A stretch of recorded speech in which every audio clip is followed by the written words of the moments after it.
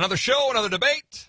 Hi, folks. I'm Scott Hinnon. After the show here, Friday edition of the Common Sense Club of the Scott Hinnon Show in the books, and we just want to tell you a little bit about what happened today on the program and recap it a little bit. First of all, Romney versus Perry, the big focus of the debate in Florida. And so we had both a surrogate from the Romney camp, Senator Norm Coleman, and from the Perry camp. In fact, his chief spokesperson, Mark Miner, joins us on the program today. Miner really pushed back on this idea that, the performance of Rick Perry was subpar, saying what matters is his record in Texas, not what the cocktail party crowd thinks he did in the way of debate performance. Norm Coleman said, experience. That's the whole difference here. And I pushed Norm on the fact that, if I'm a card-carrying conservative Tea Party member of the Republican faithful trying to pick a candidate here, and I look at the experience of Mitt Romney as governor and Rick Perry as governor, I'm probably going to go more towards the Rick Perry as governor. He said, look beyond the time in government. One thing that Rick Perry is not, or rather Mitt Romney is not, as a career politician, obviously assigning that label to Rick Perry and saying you got to look at his 20-plus years as a job creator in the private sector. So interesting back and forth. A lot of you thought Michelle Bachmann won. A lot of you thought Herman Cain won.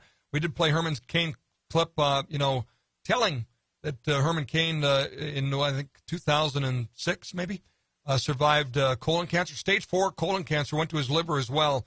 And he told a story that he might not be alive today if Obamacare were in place. It was one of the better nights, better parts of the debates. We also played the famous the doggy doo-doo line from Gary Johnson.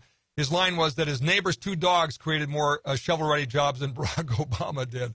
Brought the house down. And Rush Limbaugh used it on his show this past week, so some people said he might have plagiarized it. Gary Johnson said, no, actually, a friend of his, former Tonight Show writer, talk show host down in Albuquerque, sent him some lines, and that was one of them, but he didn't actually hear the show. So anyway, that was some of the debate recap.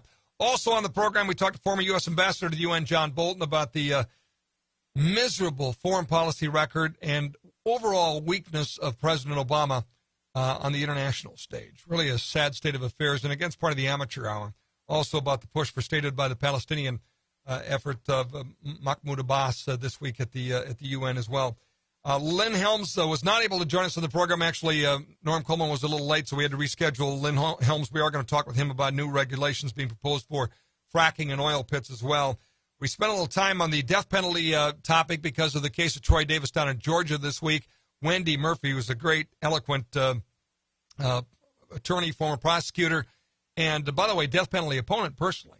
But she's outraged that all these facts are being ignored in the media about the specifics of the case. And a lot of people say, there was these 9 witnesses, and most of them recanted their testimony. They haven't. And her and Ellen Ratner went back and forth on that. Senator John Hoeven checked in on the politics of disaster aid,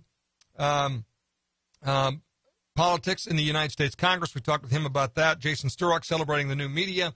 That was fun. And we wrapped up with a discussion about the outrage. I would say the most absurd legal action in the history of the United States of America's, well, certainly in North Dakota, the most absurd legal action by the government ever in this, overreach by Tim Purdon, the U.S. Attorney in North Dakota, bringing 7 oil companies to court because of dead birds. 3 of these companies, 1 dead bird.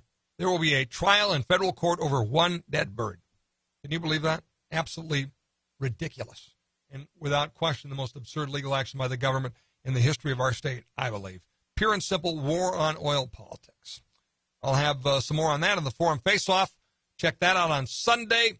Watch the debate with Linda Coates, my sparring partner. Wall Street Journal's working on a story, asked me for a quote. So Stephen Moore will be writing about that story more in the coming days as well. And we'll see you Monday on the Common Sense Club and the Scott Hinton Show. God bless you. Have a great weekend.